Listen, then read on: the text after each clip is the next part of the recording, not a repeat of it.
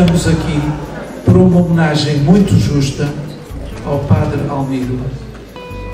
E para mim é uma honra ter sido convidado para fazer a apresentação deste livro, que me tocou imenso quando li, e tenho a certeza que aqueles que já o conhecem sentiram a mesma coisa, mas aqueles que ainda não o conhecem vão saboreá-lo, porque o livro é muito, muito inspirador.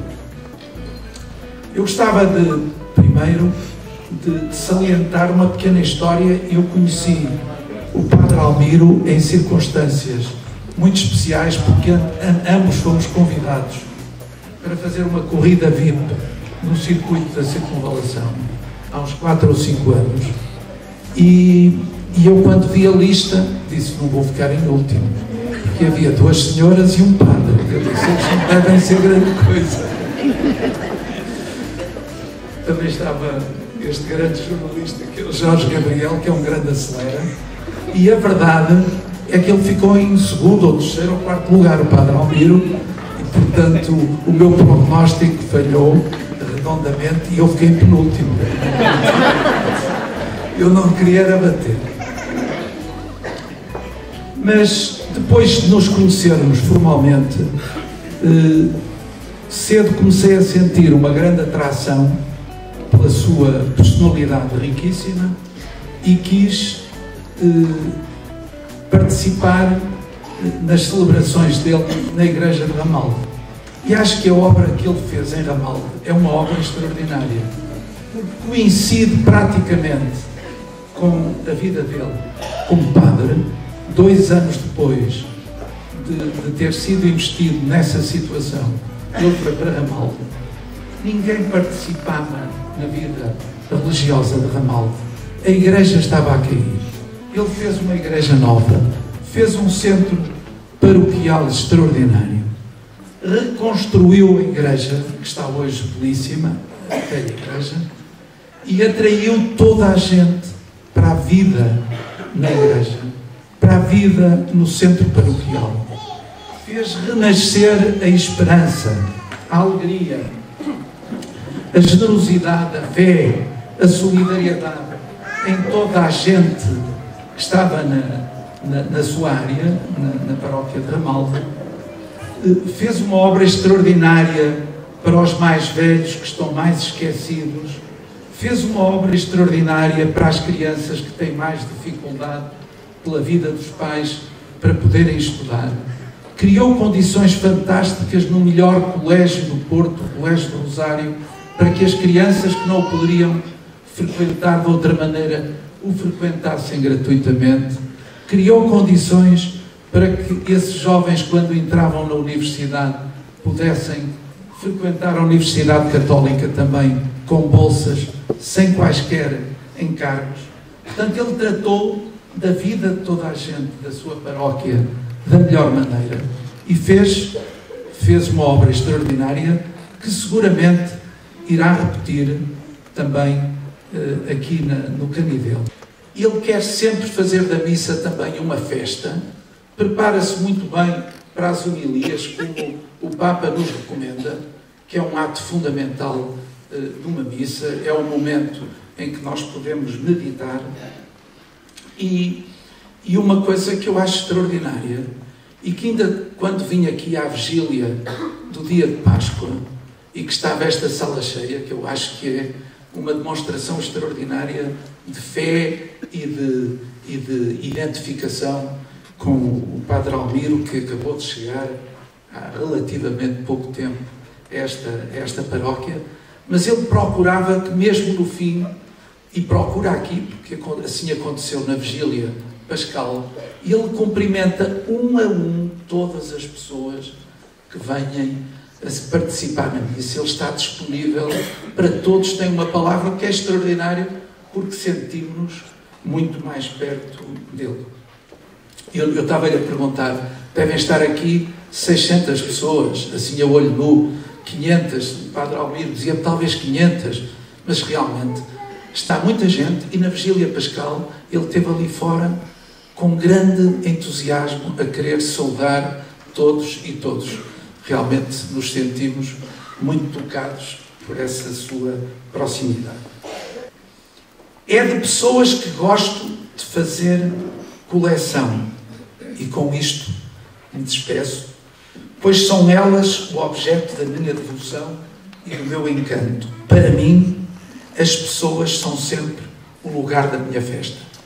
E é-vos muito grato recordar esta palavra sábia, esta palavra cheia de sentimentos, cheia de lucidez e que nos ajudará sempre a seguir melhor pelo nosso caminho e a seguir o nosso caminho com alegria, com esperança e mobilizando todos. E muito obrigado, Paulo.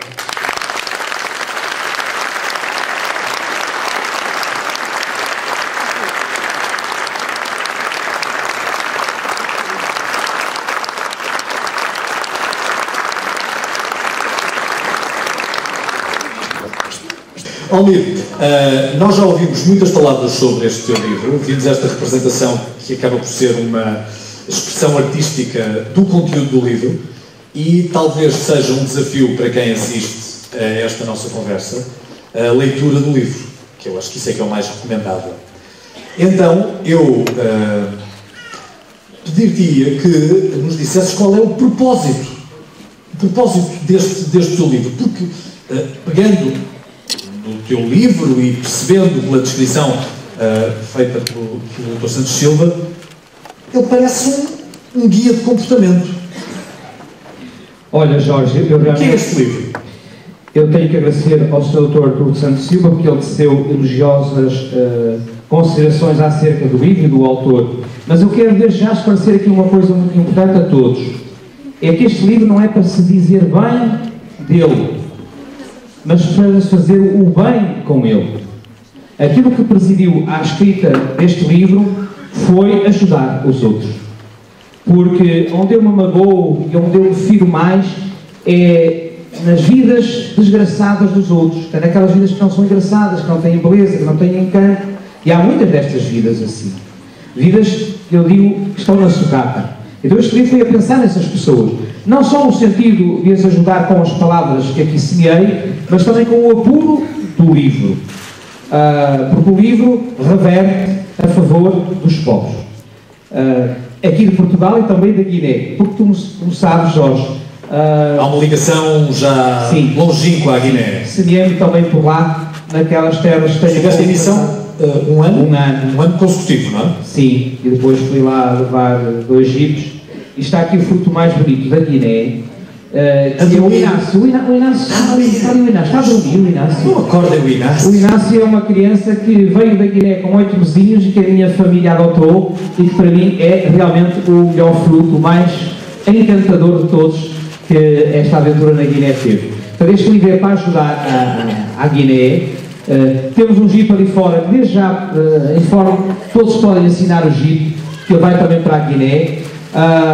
O jipe foi oferecido, não é com o dinheiro do livro que consigo comprar o jipe, ele foi oferecido, mas pô-lo lá também custa bastante dinheiro e por isso o livro é para ajudar a levar o jipe à Guiné e é para ajudar algumas instituições e algumas situações muito particulares que são dramáticas, mas que não convém falar, porque até para ajudar é preciso ter inteligência, porque muitas das vezes o ajudar o outro pode ser uma maneira de o humilhar, e isso não é razoável nem conveniente. Mas quer saber uma coisa, Jorge? Sabe onde é que eu escrevi este livro?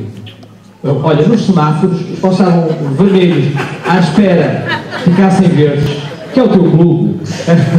Já lá.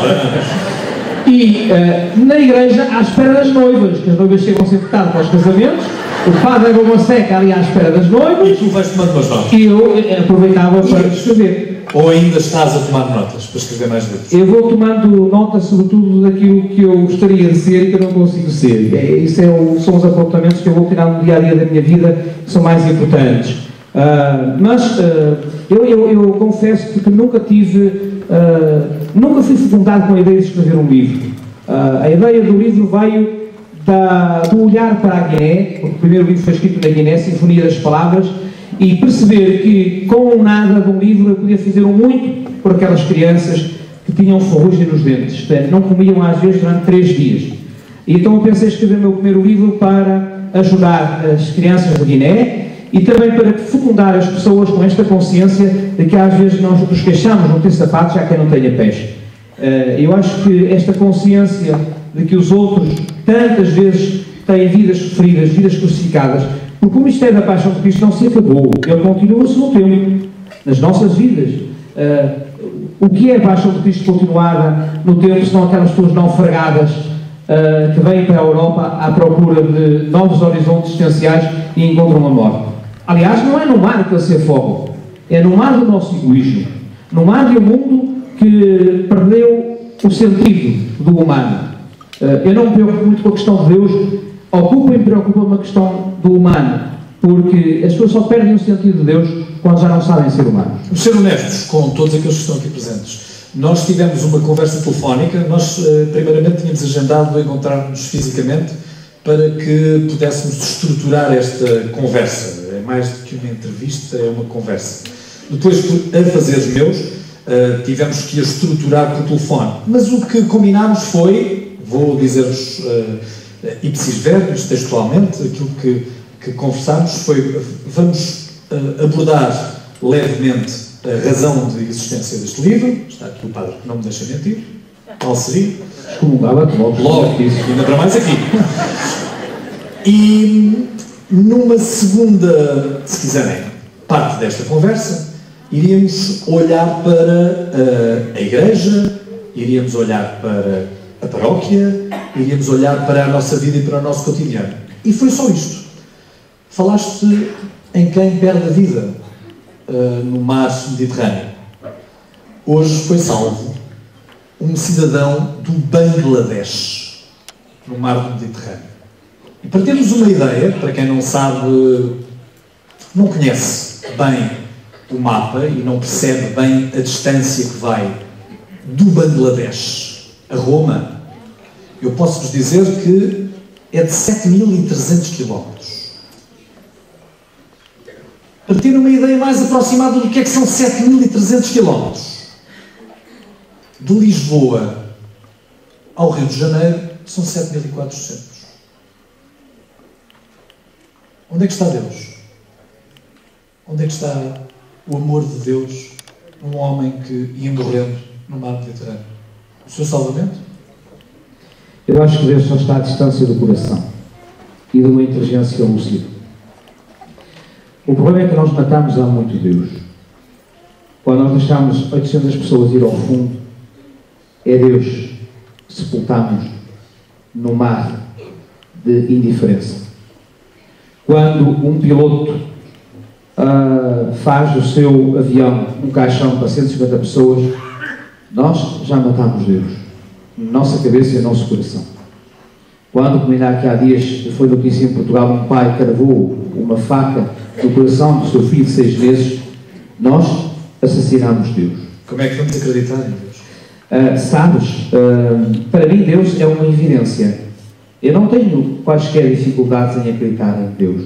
O problema é que nós precisamos de acreditar em Deus. Precisamos, é um imperativo. O problema é o que é que Deus é? Não é se Ele existe. Para mim, como padre e como homem, é o que é que Ele é? E confesso que, embora sendo eu padre, Deus não é para mim um dado absolutamente adquirido neste sentido de desmontar. Não é algo palpável. Não. Eu sempre me incomodei com aquelas pessoas que sabem tudo de Deus. Sabem tudo como é que Ele é, o que é que Ele quer, qual é a sua vontade. Eu não sei o que Deus é. Nem sei absolutamente a sua vontade. Há quem dispare para matar o outro e diga, esta é a vontade de Deus. Nós fazemos caricaturas de Deus. E nenhuma confissão religiosa pode arrogar-se a distanciar-se dessa vontade de matar em nome de Deus. Até a nossa. Não, mas é a negação do próprio Deus que diz, eu mato para defender Deus. Mas Deus, se precisasse ser defendido, era um frágil, era um fraco. Como é que nós podemos dizer, eu tenho que matar em nome de Deus para defender Deus? Deus não precisa de ser defendido. Senão ele já não era um todo-poderoso. Como é que nós nos defendemos de quem pratica essas barbaridades em nome de um Deus? Eu julgo que a única defesa que nós temos é a bondade. Sabes que a violência é sempre um grito aflito de fragilidade. Esta gente que mata em nome de Deus está a borrar uma fragilidade. Revela fragilidade. E o frágil só se potencia com a bondade. Por isso, a mim parece-me que a única resposta válida é a bondade. Mas sabe, Jorge, ainda voltando à questão de Deus, eu sou padre, mas não compreendo porque é que ele se esconde tanto de nós. Não compreendo porque é que ele assiste tão serenamente a todas estas tragédias, todos estes dramas. Eu bem sei que há coisas que nos incumbem a nós e não pode Deus fazê-lo. Eu, se for o meu carro e largar o volante, não pode Deus pegar no volante e segurar o carro. Vem-nos barra. Eu bem sei isso. Mas mesmo assim, porquê? Eu acho que há limites. Há limites. Eu acho que Deus devia vir cá abaixo dar meia dúzia de bufatadas às pessoas a começar pelo padre Canideu.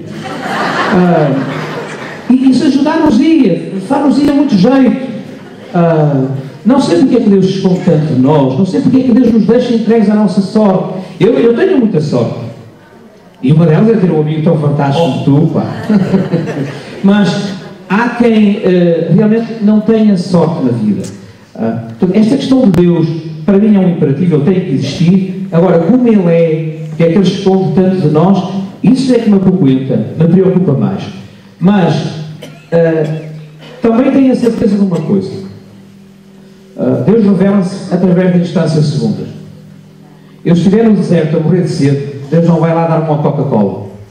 Mas acredito que se tu fores lá passar, me vais ajudar. Então Deus salvou através da tua bondade. E se eu apanhar uma pancada aqui num carro na rua, não vem Deus pegar uma ambulância e levar-me ao Santos Silva. Mas se alguém me der apoio, Deus salvou através de alguém que foi bondoso. Isto é, Deus revela-se através das causas segundas. Por isso, a solução para a maldade do mundo é esta instância segunda dos homens e das mulheres que querem ser bons, que se querem vestir da bondade, que se querem configurar a Deus. Porque nós não estamos condenados à violência, embora nós, homens e mulheres, sejamos todos seres criados os mais violentos. Não há nenhum animal criado que mate tantos da sua espécie como o ser humano. Mas a mim nem me preocupa, nem me escandaliza que haja pessoas como, por exemplo, Hitler. A mim, o que me admira é como houve milhares e milhares de pessoas que pensaram como ele, fizeram como ele e seguiram-me. Isso é que me admira, porque loucos sempre houve na história da humanidade. Mas porquê é que há tantas pessoas assim? Por exemplo, a mim não me admira nada que haja um ou outro louco que queira entrar numa igreja, fazê-la explodir, ou num metro. Mas porquê é que há tantos? Ora, o que é que temos ouvido sobre quem tem morrido no Mediterrâneo?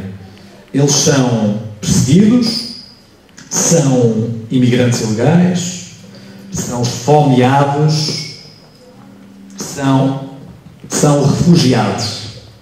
Já ouvimos todas estas designações para esta gente. Eu lembro-me de um primo nosso, a propósito de refugiados. Tu és Almiro Mendes, eu sou Jorge Gabriel Costa Mendes. É verdade. Tu é que me roubaste o nome, que eu sou mais velho que tu. Pois sim, mas esperem. E lembrei-me, entretanto, que hoje houve uma reunião muito importante de líderes políticos a propósito desta desgraça. E lembrei-me de um primo nosso, Aristides Sousa Mendes. Aristides Sousa Mendes foi cônsul de Portugal em Bordeaux no ano da invasão francesa da Alemanha nazi. E este senhor concedeu sensivelmente 30 mil refugiados, repito, refugiados, a possibilidade de fugirem da Alemanha nazi. Qual é a diferença entre estes judeus que tinham que fugir e estes africanos, asiáticos, infelizes que não conseguem ter uma vida em paz? Oh Jorge, nós dizemos que são refugiados, são imigrantes, são asiáticos, são africanos. Esquecemos de dizer que antes são pessoas. Eles são pessoas. Mas estes como também foram também os judeus. Portanto, nós temos que ter devoção ao ser humano.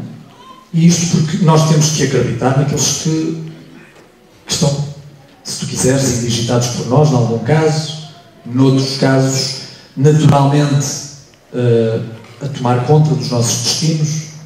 Onde é que estão os Aristides Sousa Mendes? Jorge, eu tenho a máxima consideração pelos políticos que são pessoas extraordinárias. E há políticos que são pessoas verdadeiramente encantadoras, extraordinárias.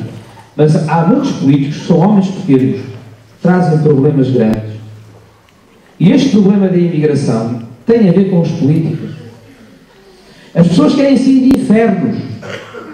Querem sair de sítios onde não têm pão para dar aos filhos. Querem sair daqueles sítios onde vivem as pessoas serem enterradas, crianças enterradas, com os pais também enterrados, mas só com a cabeça de fora, para verem os filhos a morrerem enterrados, e depois, quando as crianças já estão todas enterradas, cortam a cabeça aos pais. Esta gente foge destes sítios. Sabes, eu uma vez estava a celebrar uma missa, no dia da Ascensão de Cristo. E na leitura diz assim: Cristo foi arrebatado aos céus. E a pessoa que foi ler, leu: Cristo foi arrebentado nos céus. Em vez de arrebatado, disse arrebentado nos céus. E nós rebentamos com Deus quando fazemos coisas destas. Nós rebentamos com Deus, nós rebentamos com a humanidade quando somos capazes de coisas tão mastodônticas. Eu julgo que isto tem a ver realmente com as políticas que depois se miscuem também com a religião. Há uma coisa muito estúpida para mim. Como é que há várias religiões para um Deus que é um? Mas isso nem é o pior. O pior é quando uma religião quer aniquilar a outra por causa do mesmo Deus. Agora, no barco, quando vinha no barco, eu não digo isto por ser padre, digo isso porque tantas vezes se calam as verdades. Aquelas pessoas que eram cristãs foram atiradas à água. Eu pergunto uma coisa: como é que num barco onde vêm tantas pessoas com a mesma sorte, uma sorte desgraçada, e só porque é cristão vai para a água? Então, mas eles estavam irmanados na mesma desgraça? Não eram irmãos na tragédia? Não se deveriam, além da desgraça enfim, da pobreza, da guerra, ainda há a desgraça da religião? E quando o ser humano alia o humano desvirtuado ao religioso fundamentalista, nós temos as piores das coisas. Foi o que aconteceu, como disseste muito bem, no tempo do nazismo, e esse grande homem, esse grande português, hoje considerado e várias vezes homenageado, porque ele quis remar contra a maré. É o que nós temos que fazer. Não há outra solução para nós, que queremos ser homens e mulheres de boa vontade, senão ser a expressão do amor de Deus. Aquilo que eu acho que o Aristides Sousa Mendes fez foi ser, nesta terra e nesta vida, a mais bonita expressão de Deus. De um Deus que liberta, de um Deus que salva, de um Deus que não se compadece com situações de tragédia como esta. Bem, eu não sei até onde é que nós podemos ir nesta loucura de desumanidade, de coração de pedra. Não sei onde é que nós podemos chegar. Há muito quem não consiga compreender como é que um padre é apaixonado por automóveis e se mete em corridas. Qual é a função do padre? É entrar em corridas ou é pregar a fé cristã? Eu acho que a missão de um padre é ser um homem dos mais novos. Eu nunca me preocupei em ser um bom padre.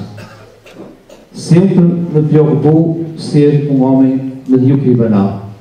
Portanto, primeiro e antes de outra coisa, impõe-se que o padre seja um homem, no sentido pleno da palavra, um homem extraordinário, à medida do Cristo.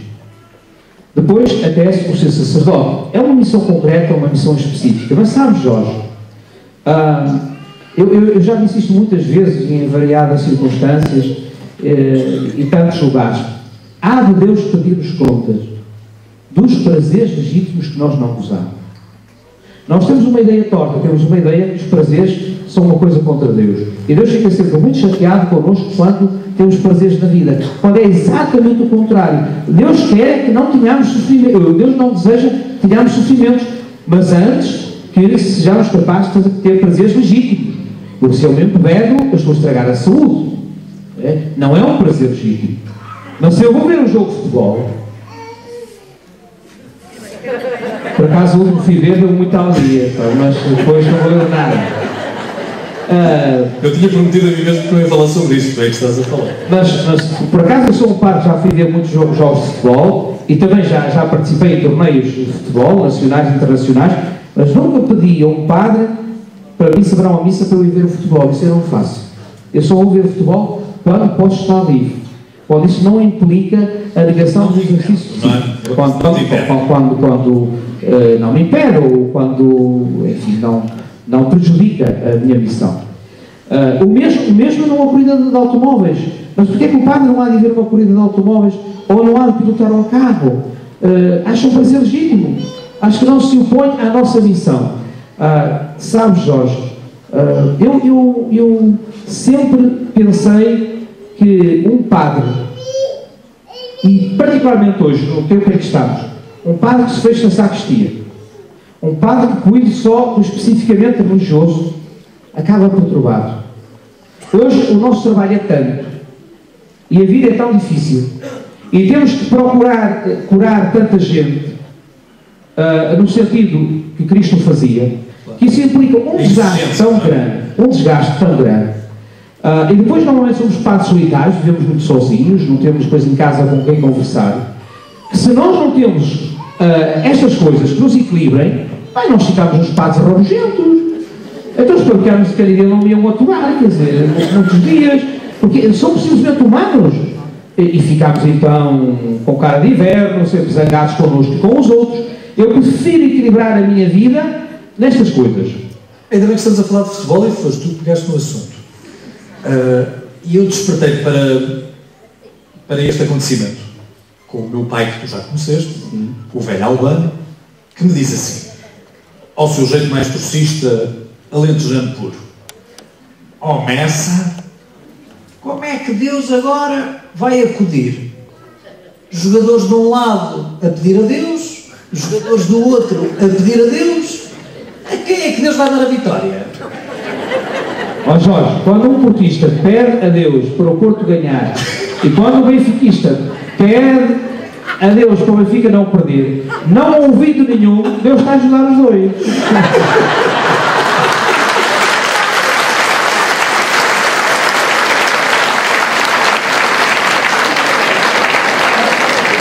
Olha, o teu Sporting é que não sei, pá. O Sporting está em grande forma, como sabes.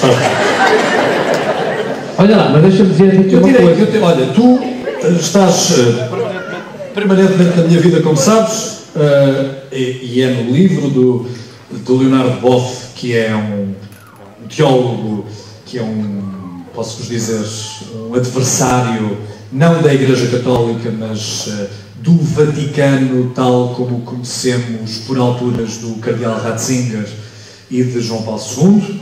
É agora um defensor acérrimo do Papa Francisco, e Leonardo Boff, a dado passo deste livro, relembra uma das afirmações que ele considera mais importantes do nosso Papa Francisco, que é a seguinte: como eu gostaria de uma igreja pobre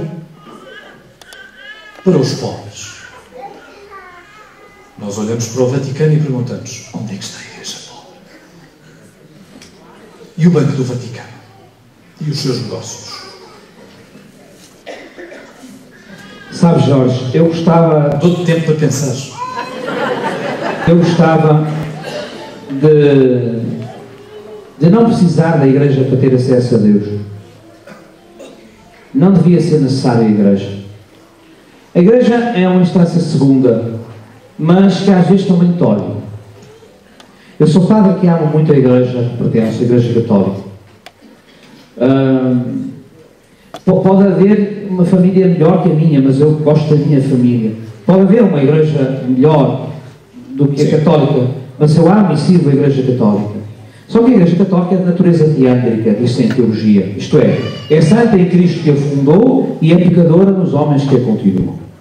Nós não podemos criar uma igreja impecável, isto é, sem pecado, sem falhas, dado que ela é constituída por homens e por mulheres. Mas, realmente, há pecados que não ficam nada bem à igreja. que pode ou deve a Igreja fazer senão ter devoção às pessoas? A Igreja existe por causa das pessoas. Não existe por causa do dinheiro, do poder, da política. A Igreja deve-se focar no essencial, e o essencial é a razão do seu ser e do seu existir, que são as pessoas. Por isso era nas pessoas que a Igreja deveria fazer a sua festa. Há pecados, não fica bem à Igreja. Esse é o do dinheiro. Mas também é preciso dizer uma coisa. As pessoas criaram um ente de razão que não corresponde à verdade. As pessoas pensam que o Vaticano é rico. Isso não corresponde à realidade. O Vaticano tem muito património. É preciso perceber que o património é também uma riqueza. E o Vaticano tem um banco para quê? Por exemplo, as pessoas se calhar nem sabem disto, o dinheiro das missões, que nas paróquias de todo o mundo se dá, vai para o Vaticano. E é de lá que depois vai para a África. Por exemplo, eu estive na Guiné e do Vaticano chegou dinheiro para a Guiné para a nossa missão, porque lá as pessoas não têm dinheiro, não dão esmolas. Não podem entrar dinheiro no Banco do Vaticano que não saiba qual é a sua origem. Agora, o problema é esse. O problema é que também houve padres que não eram pessoas sérias e foram capazes de injetar no Banco do Vaticano dinheiros chamados sujos. Isso não pode ser. O Papa Francisco é um homem do tamanho do mundo, porque ele chegou ao Vaticano e demitiu logo aquela gente toda. Por exemplo, às vezes ouvimos falar em pedofilia, padres que são pedófilos. Não é compaginável com o nosso ministério. Eu acho que as pessoas até admitem que um sacerdote se apaixone em determinada circunstância da sua vida, mas que um padre, por exemplo, seja pedófilo, isso é a negação do próprio ministério e é a negação do próprio amor de Deus. Por isso, olha, eu digo muito sinceramente, eu não gostaria de considerar com um colega que eu soubesse que era pedófilo. Acho que era até a única circunstância da minha vida em que eu era capaz... Era um imperativo de consciência. Era um imperativo de consciência.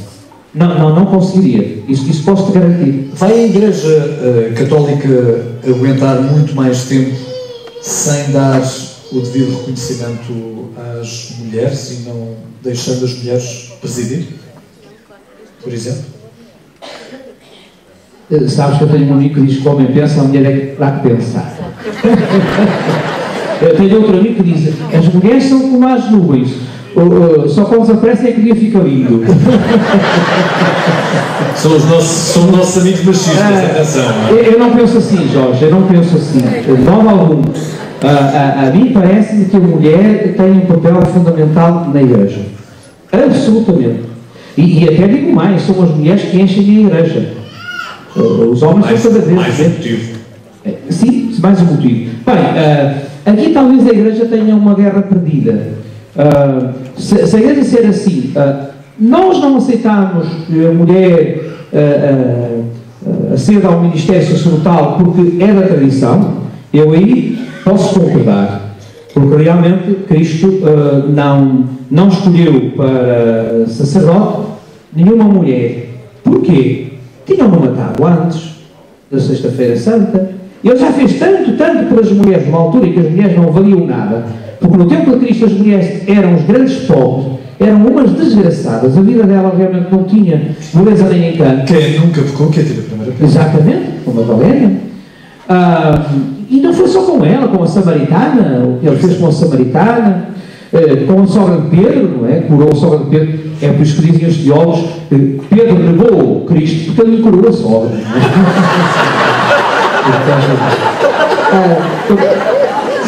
Cristo sempre teve para com uma mulher realmente uma atitude plenamente extraordinária. Então, se for para a tradição, há esse argumento. Se for para a ontologia, não. Porque ontologicamente, homem e mulher são exatamente iguais. É por isso que no casamento, as palavras que o marido diz são as mesmas que diz a esposa. E no batizado, quando o pai batiza uma criança, as palavras que se diz para uma menina são as mesmas que se diz para um menino. Portanto, ontologicamente, homem e mulher são exatamente iguais. Por esta lógica, a mulher poderia aceder ao sacerdócio. Pela tradição, não. Bem, sabes, eu julgo que só há dois problemas na vida. Aqueles problemas que o tempo resolve e os problemas que o tempo não resolve. Olha, eu fiquei careca, eu tenho que levar os joelhos também. É um desgosto. É um desgosto muito grande. Sobretudo no inverno, Eu se não uso um boné... É um desgosto frio. É que eu só fico com os miolos constipados ou prego as neiras, depois não fica. E portanto, nós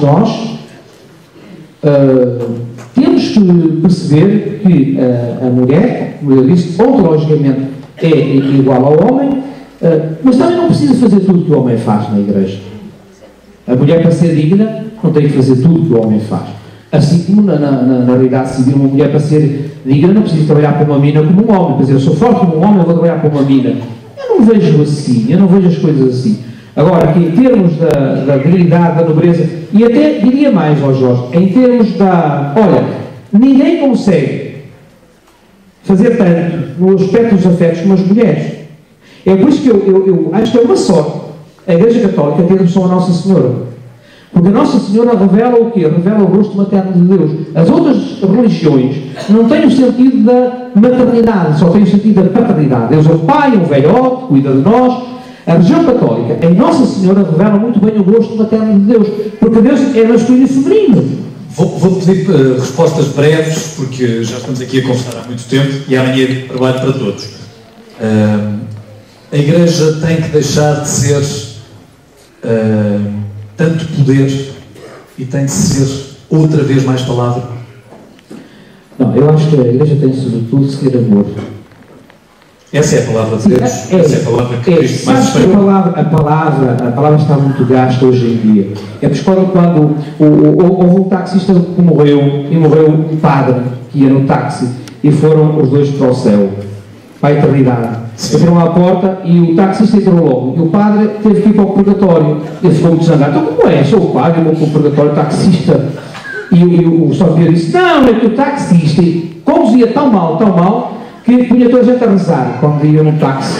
E tu, padre, celebravas a missa tão mal, que toda a gente a dormir. A palavra é sempre traiçoeira, porque a palavra muitas vezes cansa. Agora, a vida da igreja é que sim, a vida, sabe, Jorge, eu cada vez me convenço mais de uma coisa. Aliás, mas percebes quando te pergunto pelo poder? Sim. Porque a igreja foi muitas vezes vista como um objeto, desculpem a expressão, mas algo onde as pessoas reconheciam o poder, tinham medo do exercício desse poder que pudesse toldar as suas vidas, que pudesse inclusivamente encomendá-las para o purgatório. Sim. Não é? Sim. E a igreja tem que ser menos a julgadora dos nossos atos e tem que ser mais aquela com quem nós podemos partilhar as nossas angústias. Sim, sim.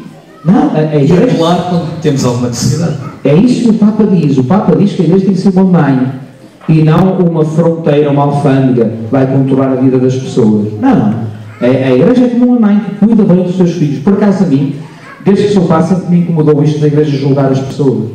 Acho a coisa mais indigna que a igreja faz. Por exemplo, quando alguém se divorcia, a igreja diz, não sei o quê, não sei o quê. A igreja não é para julgar, a igreja é para acompanhar as pessoas, para as ajudar, para fazer ultrapassar as suas dificuldades e os seus problemas. Depois há outra coisa, Jorge. As pessoas depressa esquecem, muito depressa, o que o padre diz, o padre prega. Nunca esquecem a maneira como o padre as trata.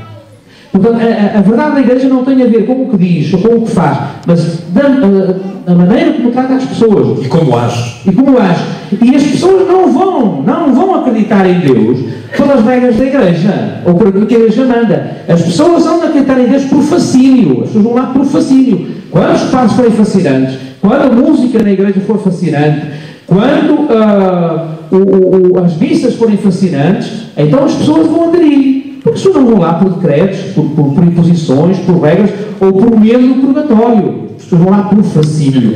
É isto que falta, Jorge. Nada que é um tudo. É a igreja ser fascinante. Nos padres, nos cristãos, nas estruturas, nas realizações. É por isso que eu tenho a certeza que vamos fazer aqui da paróquia de Canideiro uma paróquia verdadeiramente fascinante. Sabes porquê? Porque eu já estou aqui há muito pouco tempo, mas já percebi que as pessoas de Canideiro são pessoas verdadeiramente encantadoras, extraordinárias, talentosas e, sobretudo, aferidas pelo essencial. Por isso, a paróquia de Canideiro, tenho a certeza, no futuro próximo, já está a ser uma comunidade fascinante. Estou bem, deixa para você. Olha, tu estás incluído. Obrigado. Está a ver. Tu és um supermercado. Eu sou. Tu és Ramalda, não és nosso vizinho. Também estás incluído. Vou-te pedir mesmo respostas breves, porque eu tenho só aqui mais uma ou duas perguntas que eu acho que são perguntas essenciais para esta nossa conversa, onde tu também podes revelar parte de ti. Não o padre, mas a pessoa. Já te arrependeste de teres seguido este caminho? Já te apeteceu bater a porta? E dizer... Sim, mamãe, que isto é ver como funcionário para aqui. Não é preciso pôr aqui aquela rede, posso confessar assim, não é? Olha,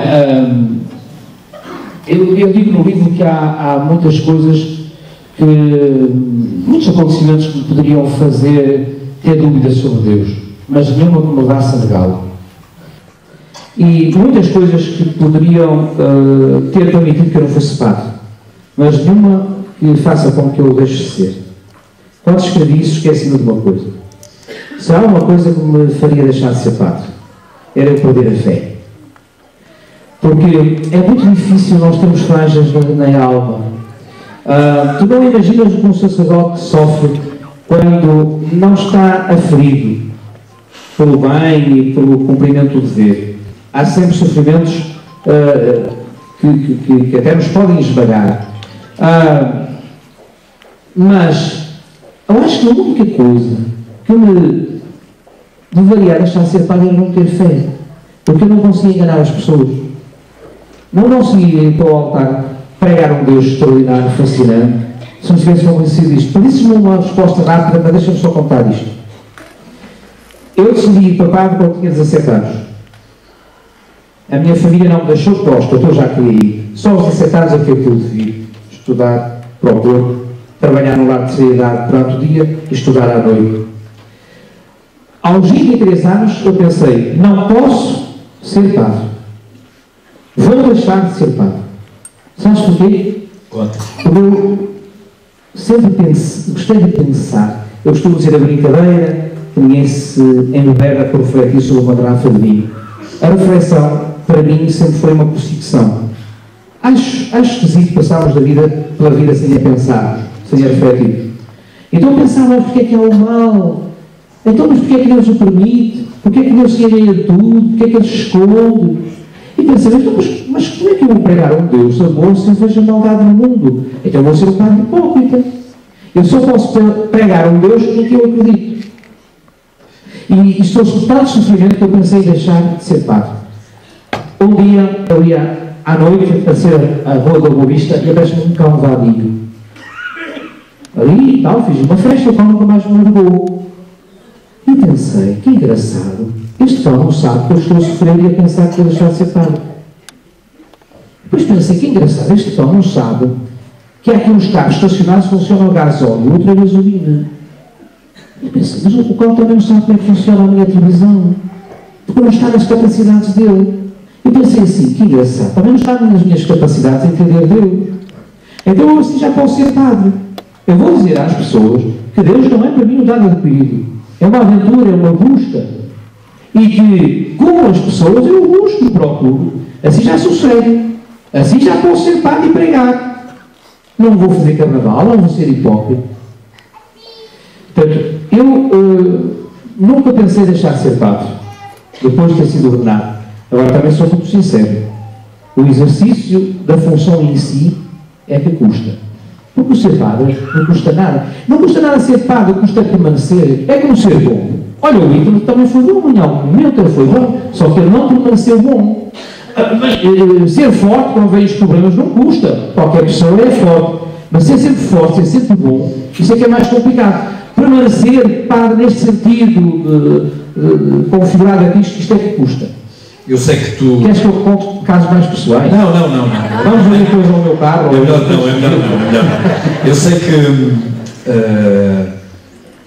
te entregaste à igreja, te entregaste à tua missão, mas tu recentemente tiveste uma notícia que te abalou, porque tu criaste laços com as pessoas, fundaste associações, fundaste serviços e de repente o Sr. Bispo põe-te.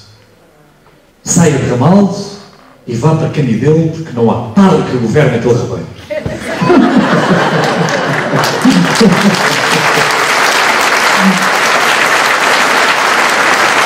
Não foi bem assim. O Sr. Bispo... Acredito que o Sr. Bispo não tinha falado dessa maneira. Não, o Sr. Bispo foi muito simpático e disse: preciso disto. Dou-lhe uma semana para pensar. Isto não, se o Sr. Bispo me chamasse e dissesse que me dava isto, aquilo, eu ia pensar. Se me diz que precisa de mim em Caribeu, eu digo já que sim. Mas eu digo para alguém pensar, não preciso pensar. Fica já aqui a promessa feita. E os teus laços com Ramon?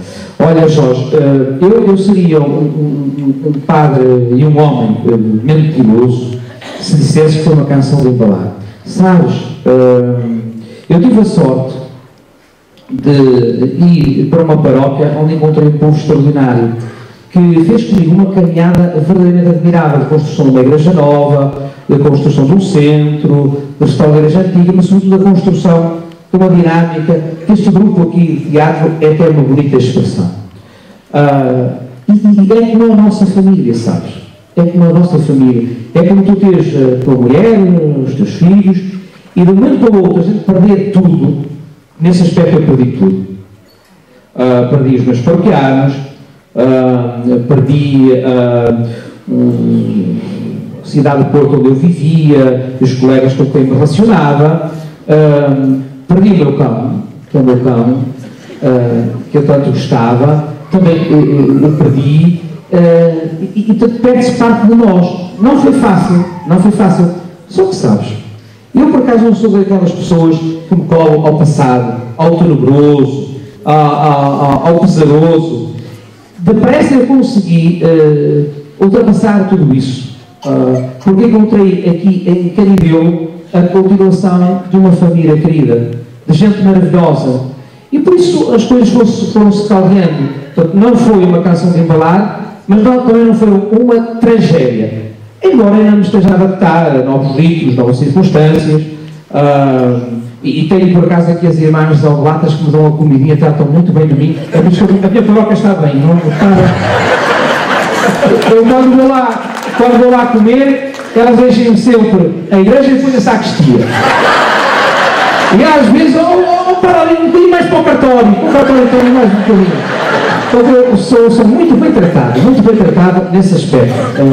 Mas, ó Jorge, realmente não é fácil, porque muda muita coisa.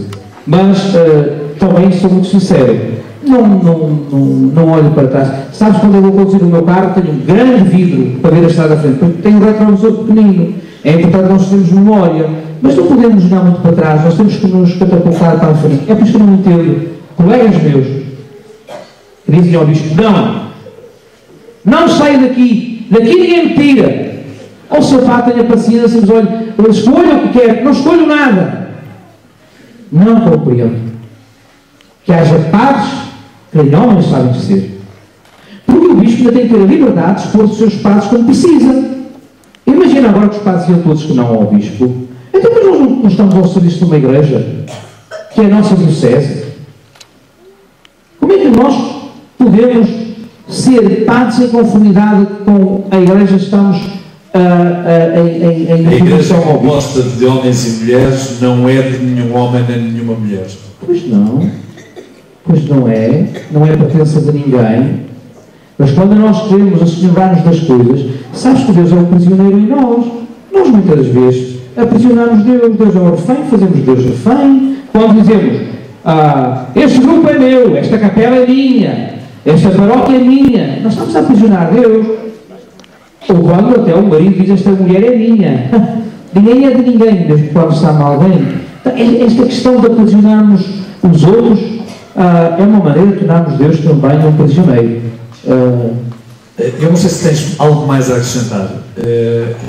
A única coisa que vos queria pedir, e não é, está longe de mim ter ou ter a pretensão de ser, ou ter a vocação de vir a ser padre, mas eu acho que há alguém que é nosso irmão e alguém que tem sofrido as suas dores, as dores dos seus paroquianos, com a maior das injustiças, porque ele nunca será o culpado do que está a viver, porque está a prestar apenas e só um serviço a Cristo. E se vocês não vissem grande incómodo nisso, julgo que se respeitarmos aqui alguns momentos de silêncio pelo Padre Albino, acho que estamos a fazer uma justa homenagem a quem está, repito, a prestar um serviço à Igreja e a nenhuma paróquia em particular. Quem conhece como o Almiro, quem conhece como eu o Albino, sabe exatamente o que aquele homem está a sofrer em nome da sua Igreja.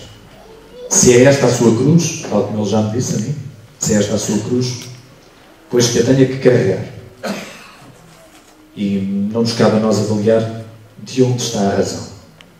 Sabemos isso sim, todos, que o Albino não merece estar a passar por aquilo que carrega. Por muita justiça ou falta dela que possa existir na decisão do Sr. Bispo do Porto. Em honra do nosso amigo comum Albino, eu estender-lhe também ao nosso Bispo, porque nós não imaginamos às vezes o sofrimento do nosso pastor. Os padres e os bispos sofrem muitas vezes calados. E o Bispo do Porto está a passar por uma fase muito crucificante da vida, por isso este silêncio é também em sua honra, porque é um homem extraordinário.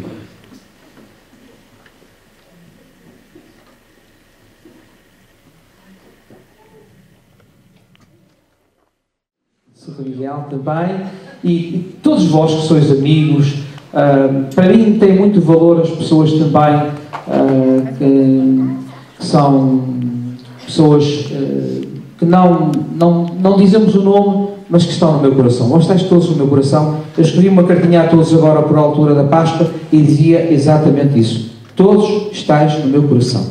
E vós que encheste esta sala, estáis todos no meu coração. E também com a tua presença, porque o último agradecimento é para ti. Porque tu és um irmão, tu és um irmão.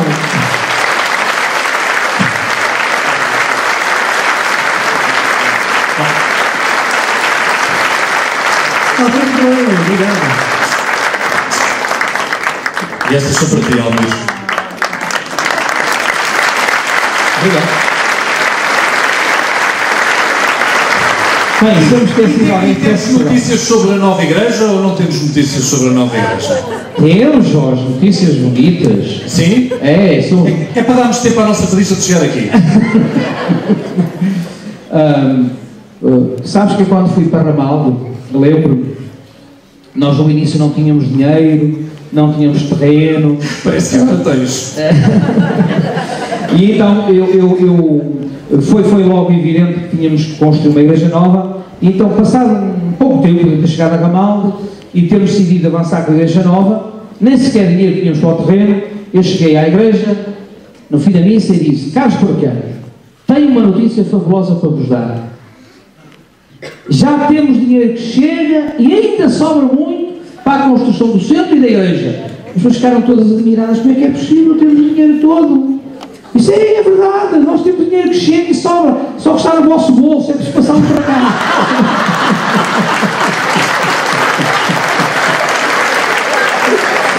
Oh pai, que é condição, é condição sine qua non, é pensar algo para lá de cá, porque realmente nós temos este espaço aqui, que é nobre e digno para estas coisas, como este acontecimento que hoje aqui tivemos, mas que não é um espaço digno para fazer as comunhões dos meninos e das meninas, para fazer os casamentos, e portanto impõe-se. Mas eu não estou muito preocupado com a igreja em si, mas mais com os espaços para fazermos da nossa comunidade de Canidelo uma cidade do humano e do espiritual. Mas a senhora doutora Maria José Gamboa é testemunha de que estamos aí com um projeto, também com a colaboração da Câmara, de pensarmos uma solução que se nos afigura muito inteligente e viável. Porque a mim não me interessa ter uma solução para daqui a 15 ou 20 anos. Isso seria comprometer o futuro do meu. Tem que ser uma solução mais ou menos no imediato. Mas sabes, Jorge... Portanto, já foi autorizado pela Troika. A Troika já está autorizada, sim. Sabes, nós só erramos 2 vezes na vida. Quando pensamos muito e fazemos pouco, e quando fazemos pouco, pensando muito. Aqui nós não podemos pensar muito, não nos podemos precipitar, não podemos ligar para um futuro longínquo, claro. Mas também não nos podemos precipitar demasiadamente. Então temos que ser ponderados. Aliás, nós não vamos aqui para a nossa casa num sol, vamos passo a passo. E aqui também temos que ir passo a passo. Mas eu adivinho um futuro de sucesso, profícuo, glorioso, no que toca à construção da comunidade e também dos espaços que se impõem para uma pastoral que seja viva, dinâmica e que construa a pessoa humana aqui em Canideu. Aliás, Canideu é uma paróquia tão grande, tem tantas necessidades e poucas respostas, que a Igreja tem que ir à frente no sentido da construção do humano e do divino. Muito bem.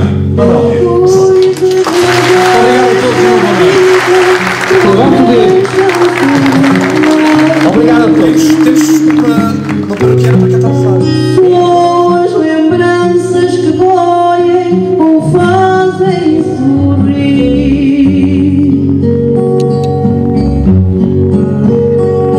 Há gente que fica na história da gente.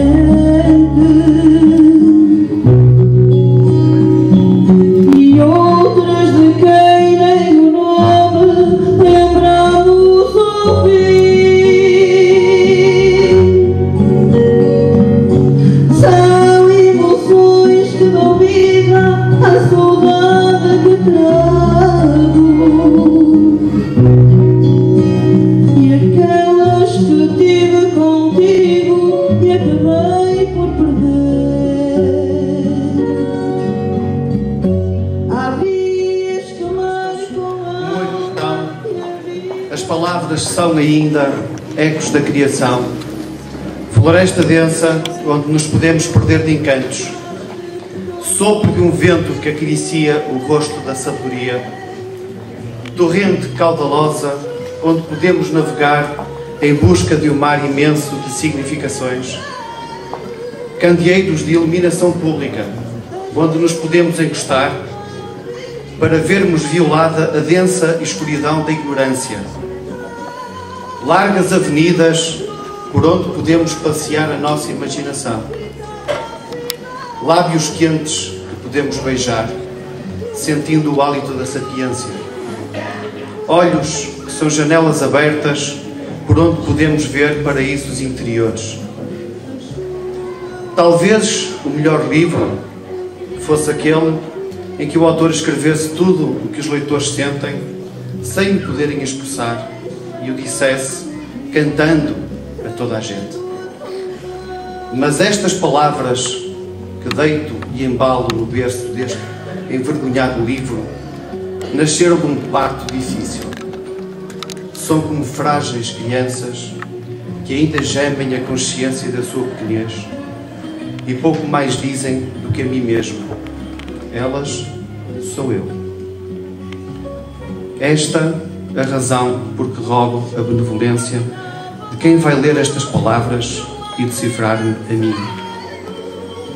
A todos desejo proficuidade na leitura e felicidade na vida.